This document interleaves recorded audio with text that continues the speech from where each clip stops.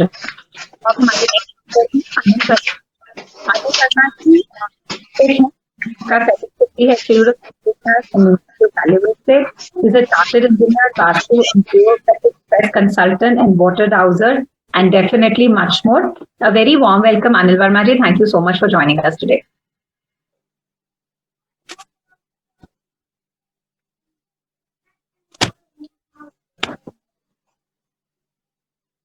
इनका पूरा नाम अनिल कुमार वर्मा जी है। ओके, मैंने आपको रिक्वेस्ट भेज दिया है। मैं सबसे पहले तो मिरर फाउंडेशन, मीता जानी जी, सुशीला सेठ जी और उनकी पूरी टीम का आभारी हूँ। उन्होंने मुझे इस कार्यक्रम में जियोपैथिक स्ट्रेस पर बोलने का अवसर दिया है। जियोपैथिक स्ट्रेस वैसे एक ऐसा सब्जेक्ट है, साइंटिफिक भी है और उसे नॉर्मल मतलब बोल करके या स्पीच में समझाना बहुत कठिन है। इसलिए मैंने इसे एक पावर पॉइंट प्रेजेंटेशन में दिखाना उचित समझा है।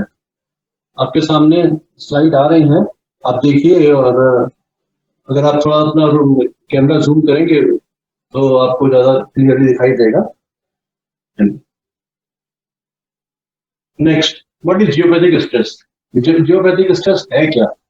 नॉर्मली आप देखेंगे कि जहां भी इस तरह की कोई टॉक होती है तो लोग ये कहते हैं कि जियो मीन्स अर्थ या पृथ्वी और पैथिक मीन्स उससे पैदा होने वाली बीमारियां या शोक या परेशानियां।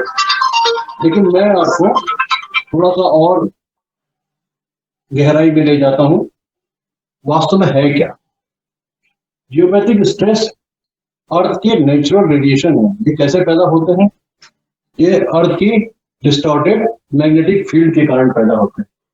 ये आप देखिए, ये हमारी पृथ्वी है और इसके कोर में जो मोल्टन लावा होता है, जो मेटल है, उसकी वजह से यह मैग्नेटिक फील्ड बनता है और यह मैग्नेटिक फील्ड आपको दिखाई देगा। ये आपको इस तरह से चारों तरफ फैला हुआ है। नासा का रिसर्च ये कहता है कि पृथ्वी की सरफेस से उन्हें 320 किलोमीटर हाइट तक ये फील्ड मिला है। ये कितना इफेक्टिव है, कितना स्ट्रांग है, आप समझ सकते हैं। और इसकी जो फ्रीक्वेंसी है, इसकी वेवलेंथ जो है वो है 7.83 हर्ट्ज, यानी 7.83 साइकिल्स पर सेकेंड। इससे नॉर्मल कोर्स में ये 7.83 हर्ट्ज में वाइब्रेट करता है, लेकिन कभी कभी कुछ स्थानों पर इसके एम्पलीट्यूड चेंज हो जाते हैं।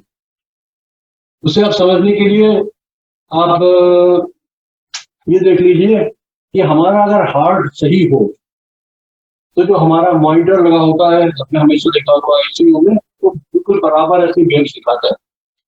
ये जो करेक्ट वेव्स चल रही है तो इसका मतलब हमारा जो हार्ट है वो बिल्कुल सही काम कर रहा है। इसी तरह से अगर 7.83 हर्ट्ज में अर्थ की मैग्नेटिक वेव्स ठीक से काम कर रही है तो वो स्थान पर आप बहुत ही स्वस्थ और सुरक्षित रह सकते हैं। अब आप आगे देखेंगे कि यदि किसी आदमी को हार्ट अटैक आता है उस समय क्या होता है, ये जो आपकी जो वेव्स है ये देखिए बिगड़ी हुई है, बीच में ब्रेक भी हो रही है। ये इंडिकेट करती है कि उस व्यक्ति को हार्ट अटैक आया। इसी तरह से यदि अर्थ की जो वेव्स है, मैग्नेटिक वेव्स है, डिस्टर्ब होती है तो वो जियोपैथिक स्ट्रेस पैदा करती है और आदमी को बीमार करती है। आगे मैं बताऊंगा वो कैसे बीमार करती है। ये कौन से स्थान पे होती है? एक तो ये अंडरग्राउंड वाटर वेल्स, जैसे हम लोग ट्यूबवेल बोर करके पानी निकालते हैं, उस स्थान के ऊपर जो नहर बह रही है पानी की, जिसे हम टैप करते हैं, उसके ऊपर यदि आप सो रहे हैं, हमेशा रहते हैं, आपका मकान वहां बना हुआ है, तो जियोपैथिक स्ट्रेस का आपको अनुभव होगा। इसी तरह से जियोलॉजिकल फॉल्ट्स, यानी जमीन के अंदर के क्रैक्स, ये आपको क्रेक दिखाया गया है, ये जमीन के ऊपर है इसलिए इजीली विजिबल है। लेकिन अगर ये जमीन के अंदर होता और ऊपर पूरी तरह से कवर्ड होता तो आप कैसे समझ पाते कि ये यहाँ पर कोई फॉल्ट है? तो उस स्थान पर अपना घर बना लेते तो आपके जियोपैथिक स्ट्रेस की परेशानी में आते। एक और कारण होता है, अगर मेटल डिपॉजिट हो तो भी होता है।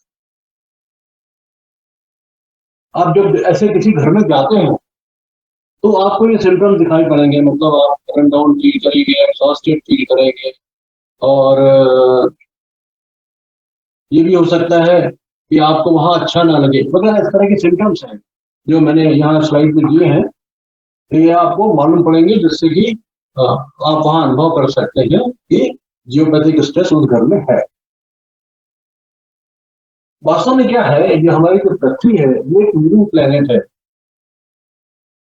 इसके कोर में अंदर मोल्टन लावा है। ये लावा जो है मोल्टन, जो हमारा कई बार वॉल्केनो से बाहर निकल आता है, ये मेटल होती है इसके अंदर। उस मेटल की वजह से हमें ये मैग्नेटिक फील्ड यहाँ पर पैदा होती है, और ये हमारी पृथ्वी मूव भी करती रहती है इनर स्ट्रेंथ के कारण। अब इसकी हिस्ट्री में अगर जाएं तो 1929 में German scientist Baron Gusto von Paul, इन्होंने सबसे पहले इसे खोजा था। ये Berlin centre of cancer research में इन्होंने अपना जानकारी दी थी कि इन्हें 46 कैंसर के केस मिले जियोपैथिक स्ट्रेस पर, और कहाँ से उसे मान्यता मिली थी। इसके बाद में 1935 और 53 में डॉक्टर मैनफ्रेड करी ने करी लाइंस की जानकारी दी, और 1950 में डॉक्टर अर्नेस्ट हार्टमैन, जो कि एमडी थे, डॉक्टर थे, मेडिकल अमेरिकन डॉक्टर थे, इन्होंने हार्टमैन जो नेट है उसकी जानकारी दी। लेकिन ये थोड़ा सा हमारे उस चीज से डिफरेंट है कि ये अर्थ की मैग्नेटिक फील्ड पर डिस्कस नहीं करते, ये अर्थ के रोटेशन के कारण जो वाइब्रेशन पैदा होते हैं उस पर ये दोनों लाइन जरूरत है। लेकिन इनके कारण भी जियोपैथिक स्ट्रेस होता है। मैं इंडियन कंडीशन पे आऊंगा तो आप देखेंगे कि ये बीच के मैंने थोड़े स्लाइड स्किप किए हैं क्योंकि बहुत लंबा लेक्चर हो जाएगा। एनपी धर्माधिकारी एंड अदर्स ने ये पेपर सबमिट किए थे, जनवरी 2010 की बात है, ये इंडिया की बात कर रहा हूं। और आप ये देखना चाहें कि ये कहाँ मिलेंगे, तो Indian journal of science and technology volume 3 number 1 जनवरी 2010।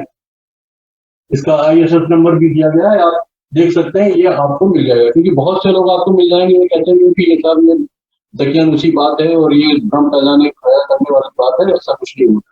तो आपको ये research paper, Indian research papers मिल जाएंगे। बाकी आपको जर्मन, अमेरिकन, फ्रेंच और दूसरे तो मिलेंगे। ये मैं आपको रेफरेंस दे रहा हूँ इंडियन जर्नल का। इसको लिखा था मेनली सुनील बिंबलीकर, जो कि हेड ऑफ द डिपार्टमेंट है civil engineering, Maharashtra institute of technology, Pune के। इसी रिसर्च की जब बात चली तो मैं बता रहा हूँ, मेरा एक लेक्चर हुआ था Jawaharlal Nehru cancer hospital and research centre Bhopal में। वहाँ के रिसर्च के इंचार्ज हैं डॉक्टर एन गणेश। उन्होंने इस विषय पर रिसर्च लेने के लिए अपने ट्रस्ट को पुटअप किया हुआ है। अगर वो सैंक्शन मिलेगा तो हो सकता है मैं भी इनके रिसर्च से जुड़ जाऊं और उसमें कुछ हम लोग कर पाए। नेकेड आई से यदि आपको इस तरह के एंट्यूब्स, या जब दिमाग के बामी बोलते हैं, सांप की बामी बोलते हैं, अगर आपको दिखाई पड़ती है तो आप ये अनुभव कर सकते हैं, ये सोच सकते हैं कि इसके नीचे यहाँ जियोपैथिक स्ट्रेस होगा। ये क्योंकि ये ऐसे ही प्राणी है कि इनको इस स्थान पर अपना घर बनाना अच्छा लगता है। एक रिप्रेजेंटेटिव चित्र है, हमेशा आपको दिखाया जाता है, फिर भी आपको एक बार दिखा दूं कि ये 1 2 3, ये 3 लाइनें यहाँ जियोपैथिक स्ट्रेस की हैं। ये विजिबल नहीं होंगी, अंडरग्राउंड होंगी, लेकिन आपको ऊपर से दिखाई पड़ रही है।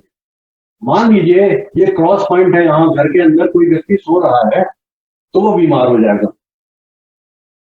इस घर का जो हेज है, यहाँ से जो लाइन पास हो रही है इसके नीचे से जियोपैथिक स्ट्रेस की, यहाँ पर जो हेज है उसकी ग्रोथ बहुत कम होगी। उसके बाद अगर आप देखेंगे तो ये रोड में जहां से ये लाइन क्रॉस होती है, ये एक्सीडेंट प्रोन जोन्स हो जाते हैं, यहाँ पर बहुत सारे एक्सीडेंट्स होते हैं।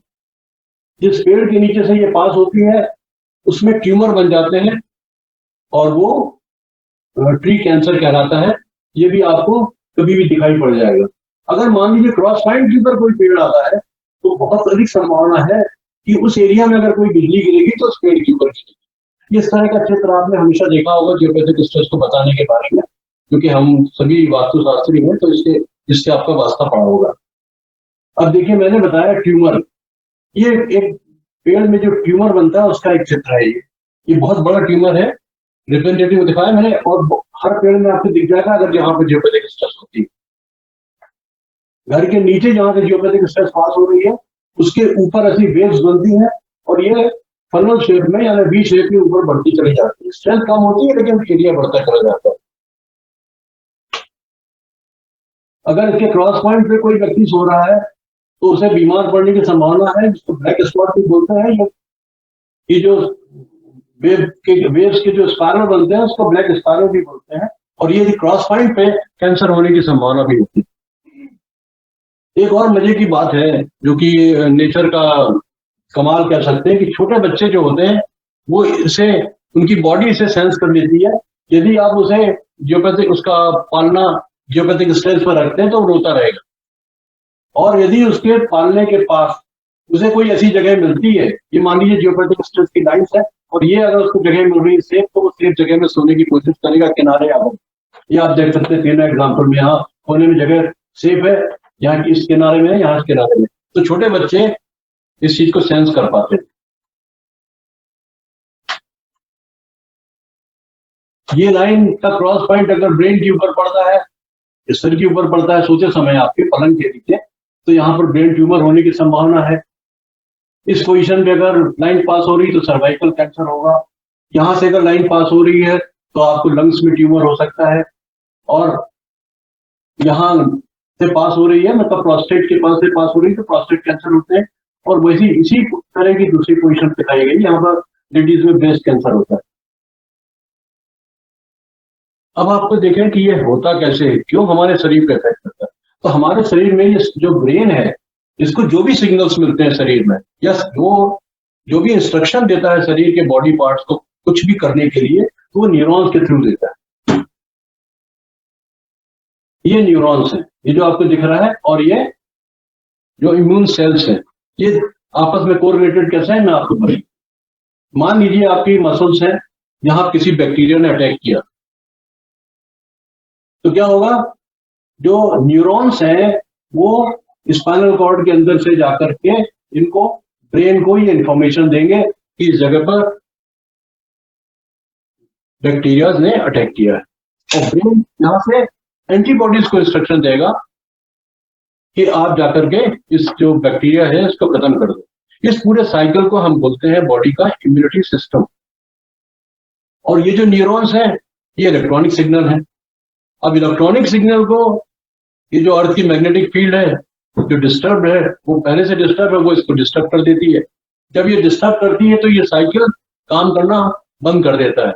मान लीजिए ये ब्रेन को इंफॉर्मेशन नहीं दे पाए न्यूरॉन्स, तो यहाँ पे बैक्टीरिया बढ़ता रहेगा, आपको मालूम ही नहीं पड़ेगा।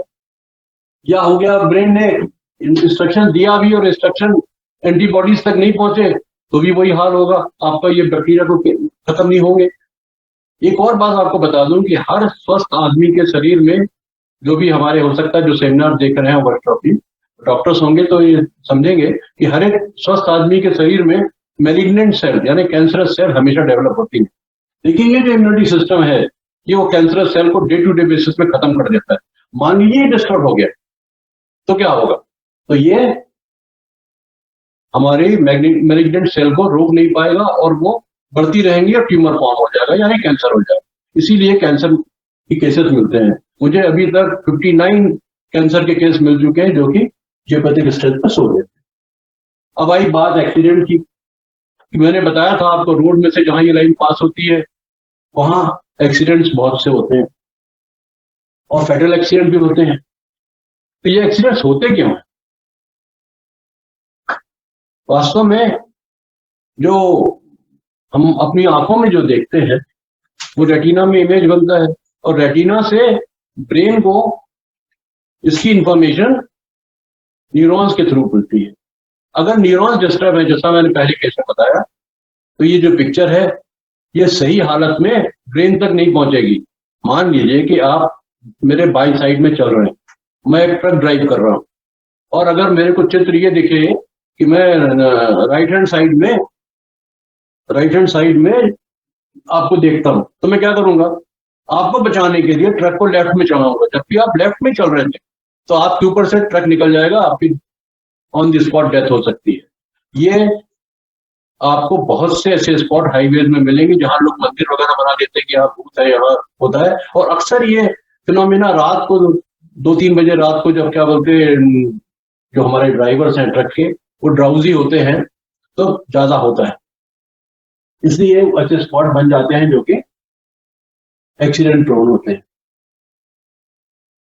एक्सीडेंट्स के ऊपर मेरा आर्टिकल टाइम्स ऑफ इंडिया में आया था, और ये भिलाई स्टील प्लांट में जब एक्सीडेंट हुआ था तब भी टाइम्स ऑफ इंडिया ने मेरा आर्टिकल छापा था।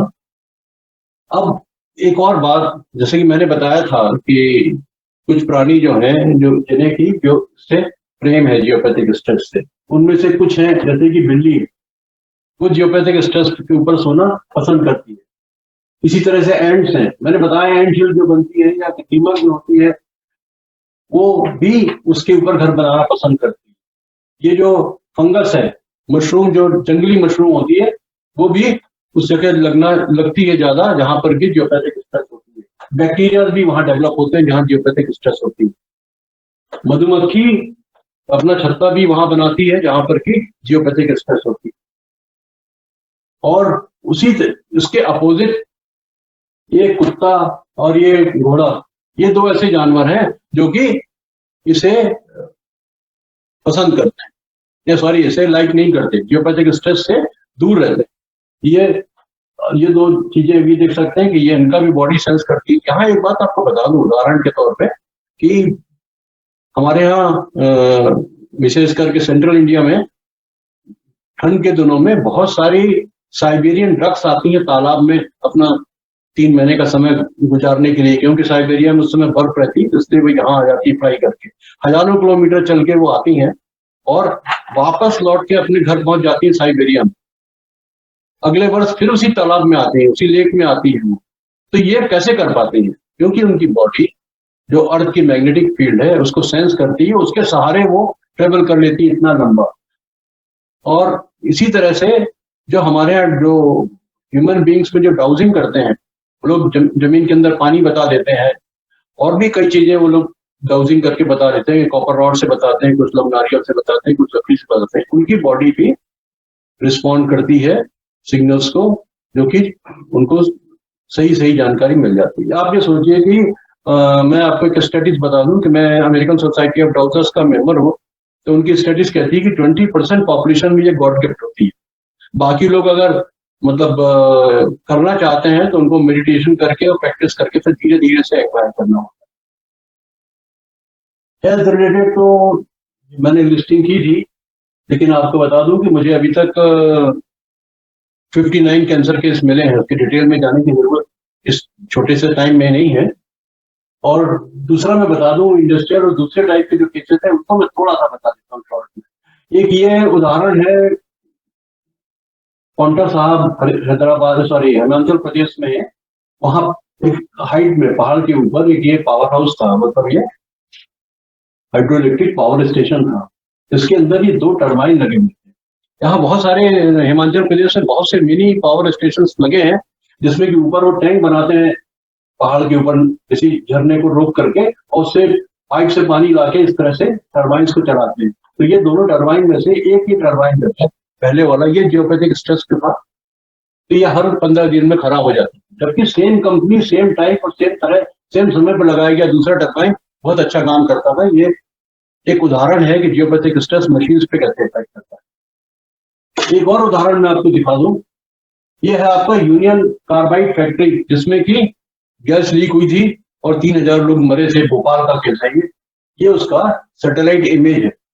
ये आप देख रहे हैं, ये एरिया जो दिख रहा है ये पूरा, ये उनका फैक्ट्री का एरिया है। यहाँ तक उनका एरिया है। अगर आप सिर्फ वास्तु के पॉइंट ऑफ व्यू से देखेंगे तो ये पाएंगे आपको कि ये पूरा एरिया उनका कटा हुआ है, यानी नॉर्थ ईस्ट कटा हुआ है, पूरा कटा हुआ है। एक तो कारण था ही नॉर्थ ईस्ट कटा होना, इसके लिए बहुत दुर्भाग्यपूर्ण और खतरनाक होता, हम लोग जानते हैं वास्तु में। लेकिन इसमें ये 2 जियोपैथिक स्ट्रेस लाइन मुझे मैप हाउसिंग में मिली है, और आपको जानकर आश्चर्य हुआ कि यहाँ इस एरिया में ही उनकी फैक्ट्री थी, और यहाँ जहाँ क्रॉस पॉइंट दिख रहा है इसके पास ही जो मिसाइल आइसोसाइनाइड का वो टैंक था जो कि लीक हुआ। तो आप सोच सकते हैं ये कितनी खतरनाक है हमारे लिए। दूसरा एक एग्जांपल दे रहा हूँ, ये प्रकाश इंडस्ट्रीज मैंने देखी थी स्टील की, इसमें इतनी सारी ये जियोपैथिक स्ट्रेस की लाइन थी और मुझे बताया गया कि यहाँ पे 8 मेजर एक्सीडेंट हुए और 10 लोग इसमें मर चुके हैं। तो आप कल्पना कर सकते हैं कि इंडस्ट्रियल फील्ड में भी ये कितना खतरनाक होता है। अब हम आते हैं भोपाल की जो विधानसभा है। विधानसभा के बारे में कई बार आपने पढ़ा होगा न्यूज़पेपर्स में कि वहाँ कई विधायकों की डेथ हो गई और वास्तु रिलेटेड कुछ प्रॉब्लम्स हैं। इसमें कई वास्तु शास्त्रियों ने करेक्शन कराए हैं, लेकिन इसमें भी एक जियोपैथिक स्ट्रेस लाइन पास हो रही है। मुझे लगता है कि शायद इसका ट्रीटमेंट नहीं किया गया, इसलिए अभी भी बहुत पूरी तरह से सुधरी नहीं है।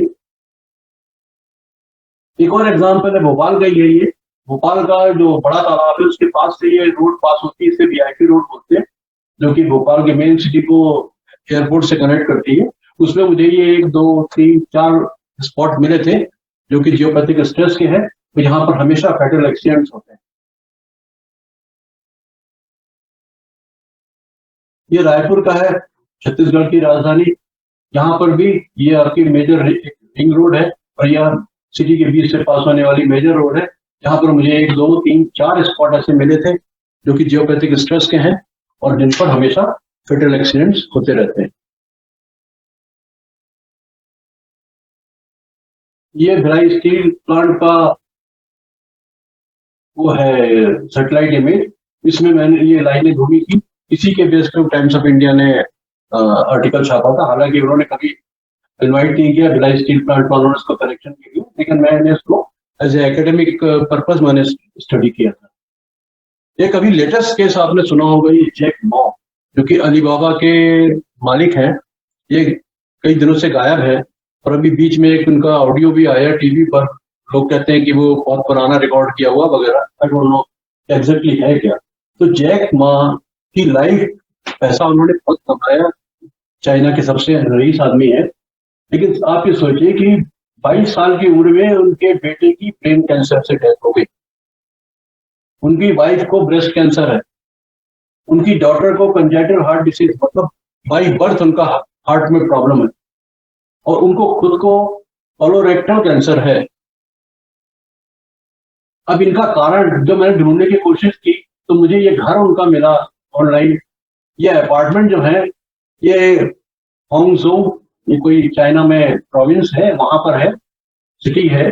ये नाम भी ठीक ठीक लेना तो कठिन है इनका। तो इसमें मुझे ये इसका जो सैटेलाइट इमेज था, मुझे 3 लाइनें मिली। तो मेरी समझ के अनुसार ये इनकी जो जीवन में जो परेशानियां आ रही हैं, जो बीमारियां इनके परिवार में आई हैं, इनके पीछे जियोपैथिक स्ट्रेस का कारण होना चाहिए। थैंक्स फ्रेंड्स, यहाँ मैं अपना वक्तव्य समाप्त करता हूँ। अगर यदि कोई क्वेश्चन होंगे तो पूछ सकते हैं आप। 1 सेकेंड और मैं रुक जाता हूँ, 2 minute. Anybody has any questions, please raise your hands if in case you have. आप चैट बॉक्स में अपना क्वेश्चन, हेतल जी का क्वेश्चन आया है। हेतल जी, मैं आपको अनम्यूट करती हूँ, आप प्लीज अपना क्वेश्चन पूछ लें। अपना वीडियो और ऑडियो दोनों ऑन करके आ जाइएगा लाइव। जी हाँ, जोर से बोलिए। थोड़ा सा क्या कहा आपने? जी मैं हेतल जी को रिक्वेस्ट दे रही हूँ, वो आपसे कुछ पूछना चाह रहे हैं। अरुण जी। जी हाँ, जी हाँ, पूछिए। हाँ सर, ये लाइंस कैसे हम ढूंढ सकते हैं स्ट्रेस की? क्या चीज? जियोपैथिक स्ट्रेस की लाइंस जहाँ कनेक्ट होती है, आपने बताया। जी। हाँ, तो वो कैसे हम निकाल सकते हैं, मतलब कैसे ढूंढ सकते हैं? देखिए, इसके लिए हम लोग स्कैनर का यूज करते हैं। स्कैनर मतलब यूनिवर्सल स्कैनर, आपने नाम सुना होगा, उसको इस्तेमाल करते हैं। लीकर एंटीना से भी इसे ढूंढा जा सकता है। और हमारे मित्र मयंक बड़जात्या जी आर्किटेक्ट हैं पूना में, उन्होंने जर्मनी से एक मैग्नेटोमीटर भी लाए थे, उससे भी निकाला जा सकता है।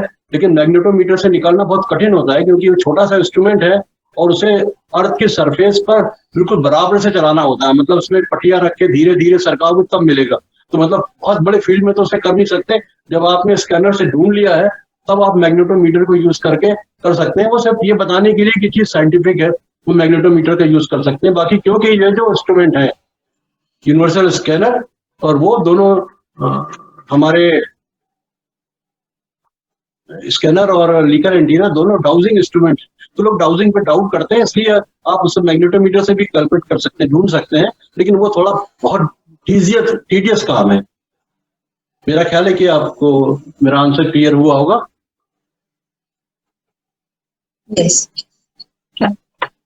Um, anything else? No. Thank you so much, Anil ji. Thank you.